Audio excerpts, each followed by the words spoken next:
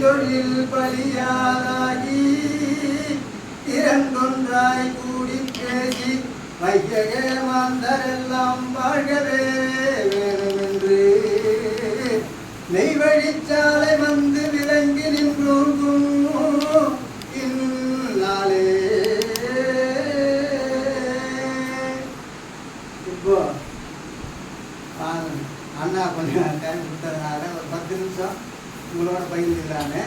பிறவான நாள் பிறப்புன்றதை ஏற்கனவே பேசியிருக்கேன். அதுலேருந்து நம்ம கொஞ்சம் பார்ப்போம். இப்போ 4 வகை யோனி, 7 வகை தோற்றம். 4 வகை யோனியில் இறைவன் இந்த உலகம் பூராவையும் படைச்சிடுறாங்க. அதில் என்னென்னு பார்த்தோம்னா வித்து, புழுக்கம், வித்து, அண்டம், சினை, அப்புறம் சினை என்ற 4 வகை யோனி. இந்த 4 வகை யோனியில் சகல சிருஷ்டிகளையும் படைச்சிடுறாங்க. அதில் மனிதன் நாமளும் வந்துடுறோம். மனிதனாக சினை என்ற யோனியில் பிறந்து வந்துடுறான். அப்போ 5வது ஒரு யோனியாக தேவ யோனியில் பிறக்கணும். அப்போ நாம் பிறந்ததுக்கு இது என்ன, அப்படி எந்த நிலையில் நாம் இருக்கிறோம் அப்படின்னு பார்த்தோம்னாக்கா நரன் அப்படின்ற ஒரு கருத்தில் தான் நாம் இப்போ இருக்கிறோம். இது வந்த விஞ்ஞானிகள்லாம் சொல்கிறாங்க. படினத்தரவு சொல்கிறார், நீராடி போயிருந்த திருநீர் அணைந்த மனமே மாற்றி பிறக்க வகையறிந்தார் இல்லையே. அப்போ மாற்றின் பிறத்தல்னு ஒரு எல்லா ஞானிகளுமே சொல்கிறாங்க. ஆனால் இந்த உலகத்துக்கு அது எப்படின்னு தெரியுமா அப்படின்னாக்கா இதுவரையிலும் இந்த உலகத்துக்கே அது என்னன்னே தெரியாது. ஆனால் தெய்வம் தான் அது என்ன அப்படின்றத நமக்கு சங்கமாக எடுத்து அதை விரிக்கிறாங்க. இந்த மெய்வழிக்கு வரல அப்படின்னா இந்த உலகத்துக்கு அது என்னன்னு தெரியாமல் தான் போயிருக்கோம். இப்போ நாம் முதல்ல இறைவனிடத்தில் போய் நின்று ஒரு கடன் வாங்க, நான் என்ன ஒரு கடன்காரனா அப்படின்னு கேட்பாங்க. நான் யாருக்கும் கடன்காரன் இல்லைன்னு. ஆனால் ஒவ்வொரு ஜீவனும் ஒவ்வொரு அந்த ஜீவகோடிக்கு அனைத்துமே இறைவனிட்டு அந்த அமானிதன்ற பொருளை கடனாக வாங்கி கொண்டாதான், அது வாங்கினா தான் அந்த மனித தேகமே எடுக்க முடியும். அதை நாம் என்ன சொல்லிட்டு வந்தோம் அப்படின்னு பார்த்தோம்னாக்கா, வாழலாம் சிறப்போனாகி வருகுவேன் எனவாக்கிந்து, வாழலாம் சிறப்போனாகி வருகுவேன் எனவாக்கிந்து, தான் எழுகடனும் வாங்கி தான் எழுகடனும் வாங்கி தரைதனில் அரணாய் வந்தோன் ஈன நன்றி எட்டோனாகி இருங்கடன் படுபாவத்தால் வீண் புகை தலையாய் போக இருக்கின்ற தோற்றமும் வந்தோ. அப்ப நாம் என்ன சொல்லிட்டு வாங்கிட்டு வரோம்? வாழலாம் சிறப்போனாகி வருகுவேன் என யார்கிட்ட வாக்கியம்தான்? இறைவனிடத்துல வாக்கியம். நம்ம எப்பப்பா இறைவன்கிட்ட நம்ம வாக்கு தத்தம் பெற்றோம் அப்படின்னு நம்ம நினைவு வருதான். நம்ம அது மாதிரி யாருன்னா ஒருத்தருக்காச்சும் நம்ம அந்த கடன் வாங்கணுன்ற எண்ணத்தில் நம்ம இருக்கிறோமா? சரி தெரியுமா? அப்படின்னா இந்த மனித பூண்டு இந்த உலகம் தோன்றிய மனுமுலை துவங்கிய நாள் வரம்பிலிருந்து இதுவரைக்கும் எந்த ஞானிகளோ எந்த பரவான்களோ இந்த கேள்வி எழுப்புறதே கிடையாது. நம்ம தெய்வம் தான் அதை நமக்கு முன்வந்த மெய்ஞானிகள் மரத்துக்கல்லேருந்து ஏதாச்சும் 1 2 அப்படி எடுத்து தெய்வம் பேசியிருப்பாங்களா? கிடையவே கிடையாது. முற்றிலுமே புதுமை தான், வேறு தான். அவங்க கேட்ட கேள்வியை இதுவரையிலும் நம்ம தெய்வம் நம்ம கேட்கவே இல்லை.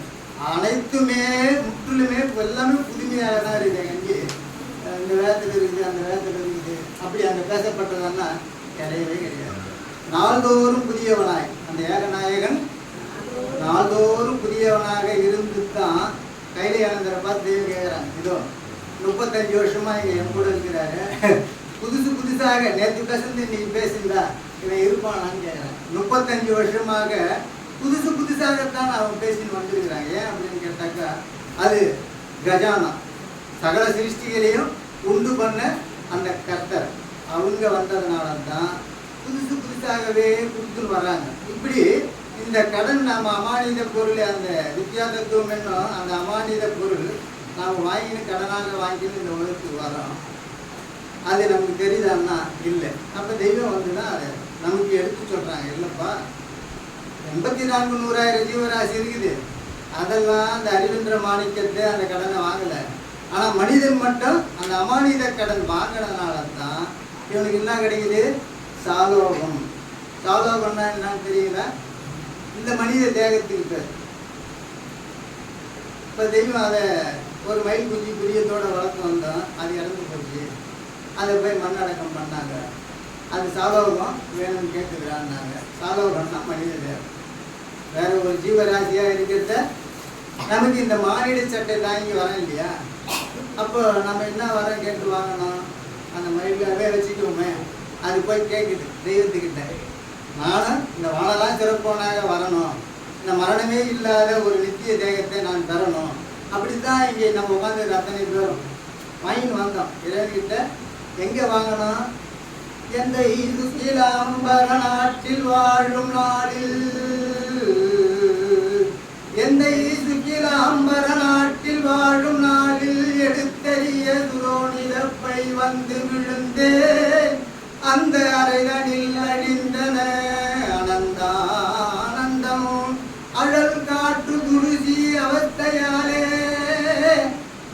அப்ப நொந்து கணம் 6 கோடி 6 லட்சம் நெடுங்காலம் கருவறையில் நீயனை காற்று தொந்தியின் மும்மலக்கணவாய் துயர் கடத்தி தொடர்ந்து நின்ற எம்மானை தொழுதல் செய்வான்.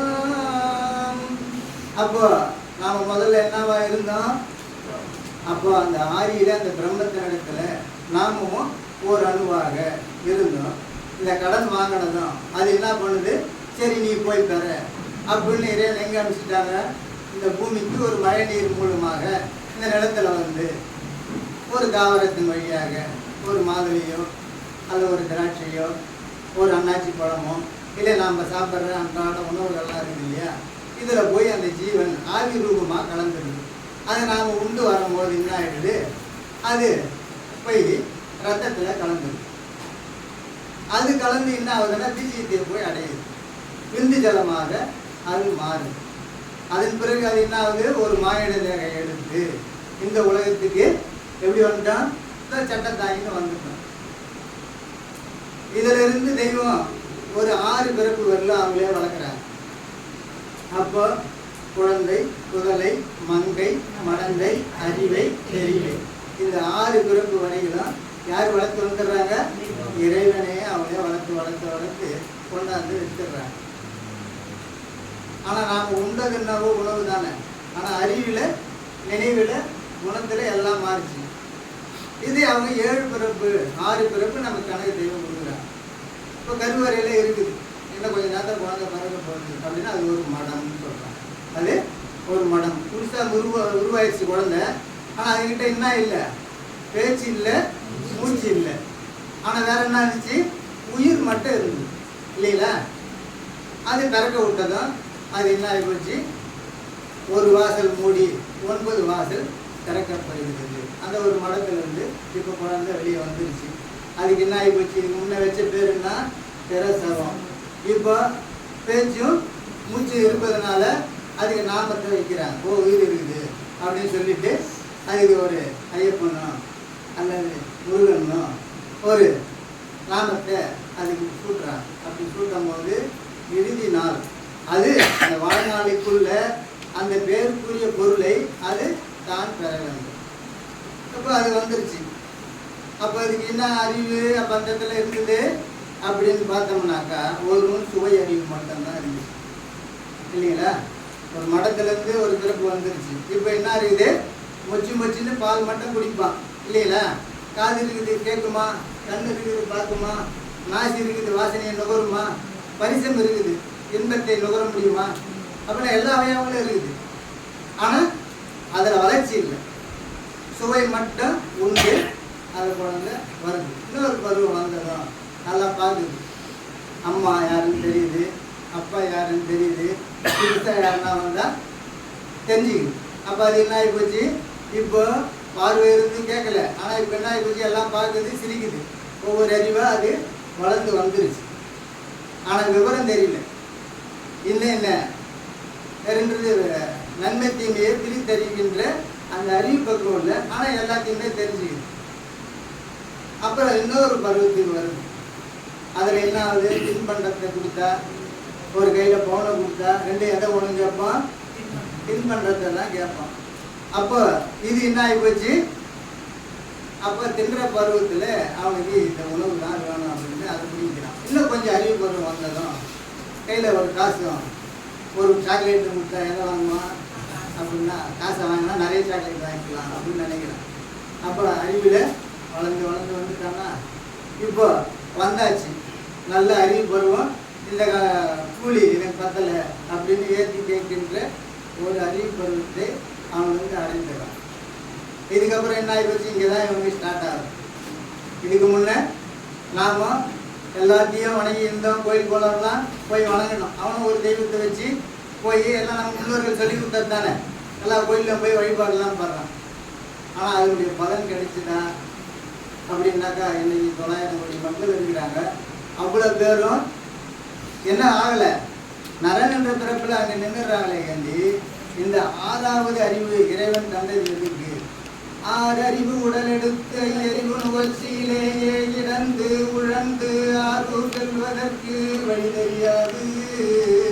அதற்கென்றே தூளமும் அதன் நகப்புற கருவிகளும் வைத்து படைத்திருக்கின்ற காரணத்தினாலே